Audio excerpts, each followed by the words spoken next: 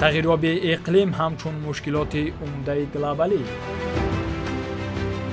ба тамоми ҷомеаи ҷаҳонӣ таъсири манфии худро расонда истодааст. мисолҳои харобовар зимни рӯй додани офатҳои табиӣ ва дигар ҳодисаҳои фавқулода зиёданд. таҳдиди хешро ба ҳамаи паҳлӯҳои ҳаёти инсоният мерасонад. сӯхторҳои азими ҷангалзорҳо, обхезиҳои бесобиқа ва обшавӣ бо суръати перяхҳо оқибатҳои манфии тағйиробии иқлим.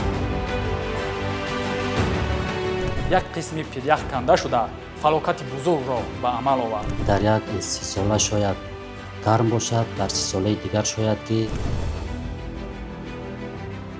таҳдиди тағйиробии иқлим хатари ҷиддӣ барои ҳаёти тамоми мавҷудоти олам. имрӯз мо дар зери таҳдидҳои номатлуби табиат қарор дорем. дар минтақаи осиёи марказӣ зиёдтар аст. шарҳу тавзеҳи масъалаҳои тағйиробии иқлим дар тоҷикистон ва ҷаҳон аз нигоҳи коршиносон дар барномаи 4 унсур рӯзҳои наздик дар телевизиони илм ва табиат.